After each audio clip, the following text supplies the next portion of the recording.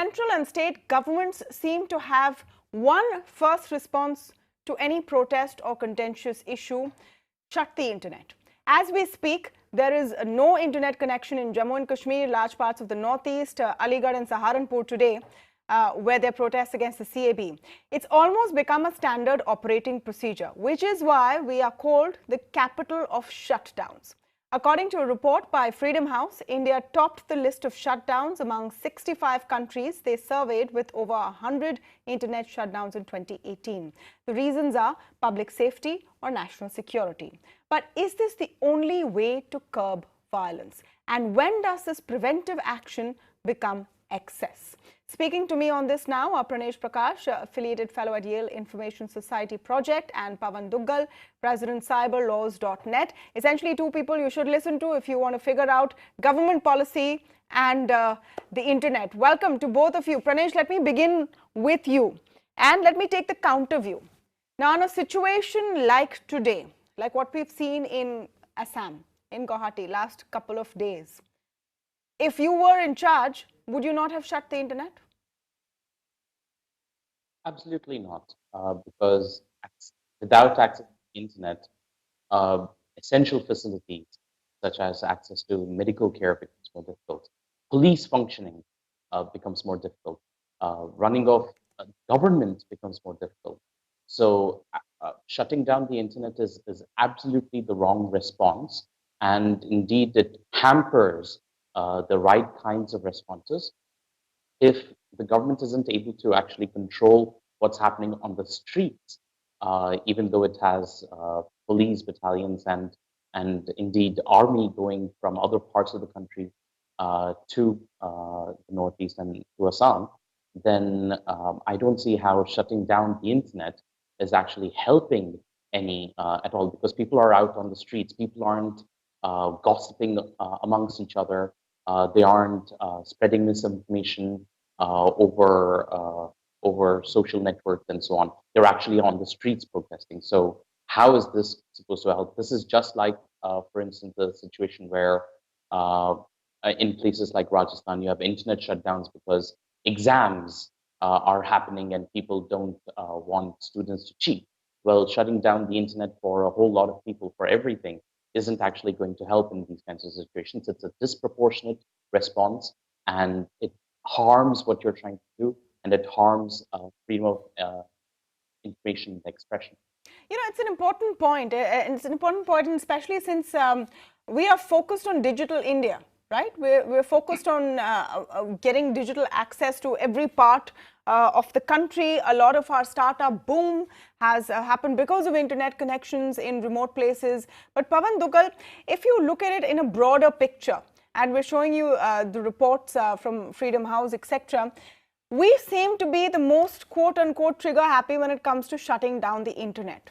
Now, some of the times it's because, you know, there are videos going around showing some fake kidnappings, and then people lynch whoever they see standing on a street corner.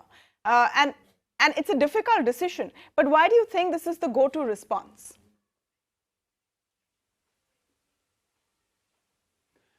This is the go-to response by the government because they believe this is the most easiest things to do, without realizing that an internet shutdown is going to prejudicially impact not just governance, but could also even tomorrow impact people's confidence and trust in the ability of the state to govern, and could have much bigger, larger long-term consequences.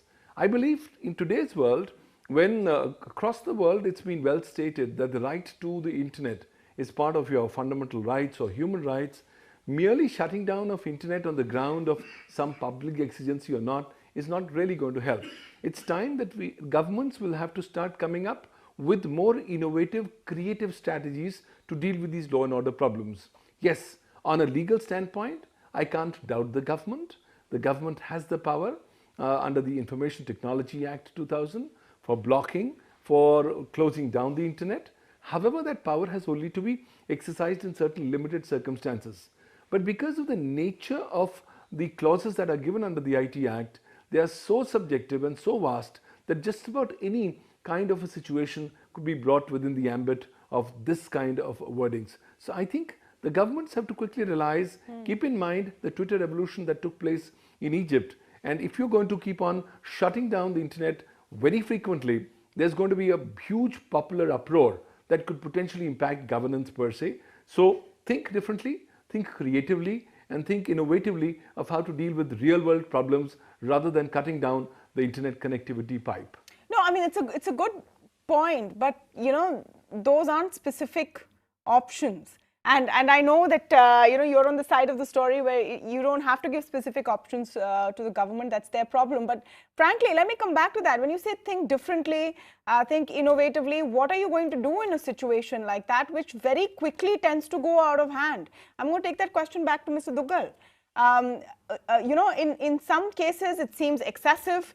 Maybe in a lot of cases it impacts other people who are not involved in the protest, because you can't do it individually, right? You sort of put a blanket ban over the internet in a certain area.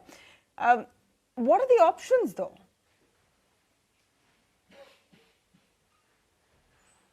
Well, you have to quickly realize that this internet shutdown is a medicine that could be effective in certain cases. But if you're going to give the same medicine to a variety of ailments, it may stop having its long-term effect and people may start getting more disillusioned. Of course, if there's an immediate public order situation or a riot situation, obviously by curbing down the internet communication, you are helping to prevent the further dissemination of either fake news or ventilation of public grievances. So to that extent, for a short period of time, it's fine. But if that short period of time starts going into weeks and months, then I think it's time for us to realize that we have to come up with more approaches. Please understand, people want the access to the internet come what may.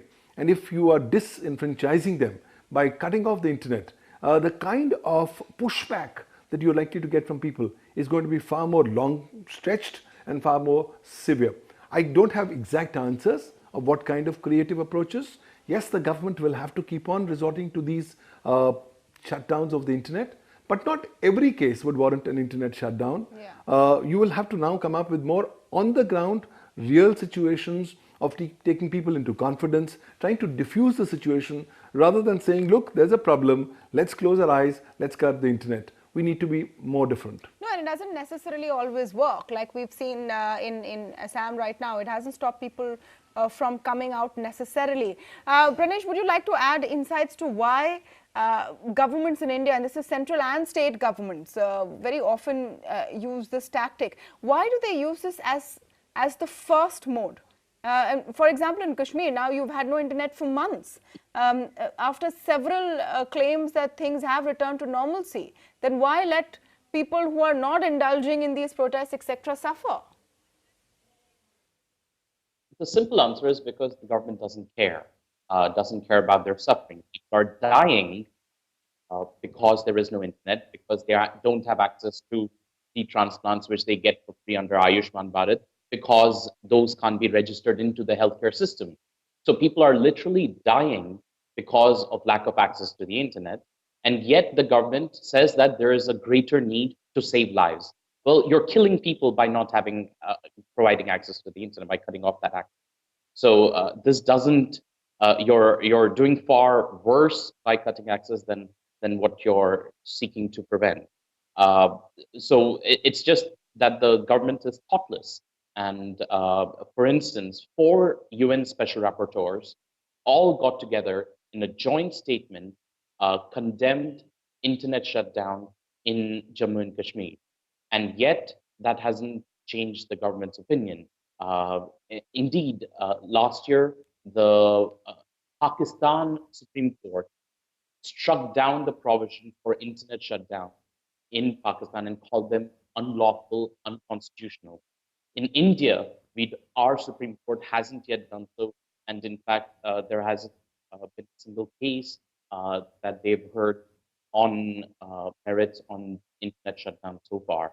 And for me, when you see on CCTV cameras, police people going into a newspaper office and beating up people in a newspaper office, that shows that what they're trying to curb is not the dissemination of some kind of disinformation or fake news or things like that, but they're actually trying to curb freedom of expression.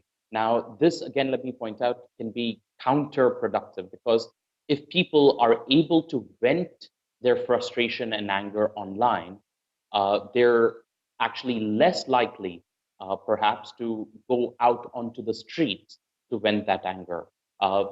As editor from the Maldives once put it, every negative comment I allow on the website is one less stone thrown at my office.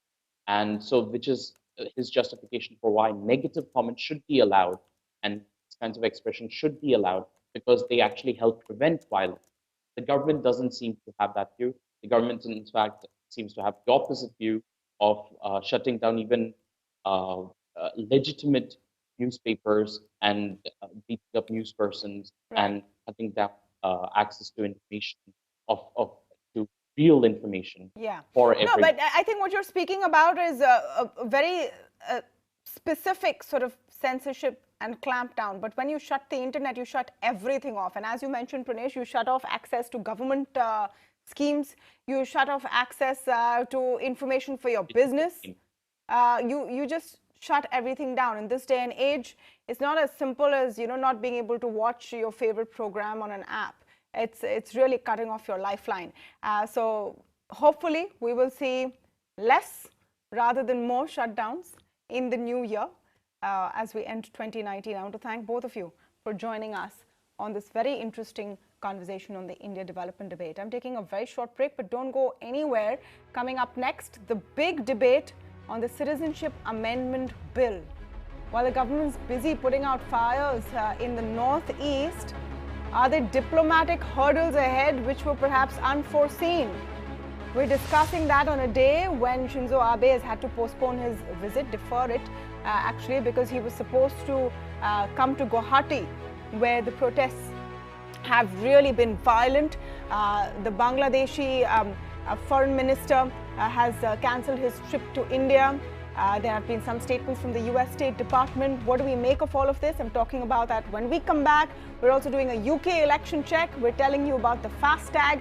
All of that when we return. Don't go away.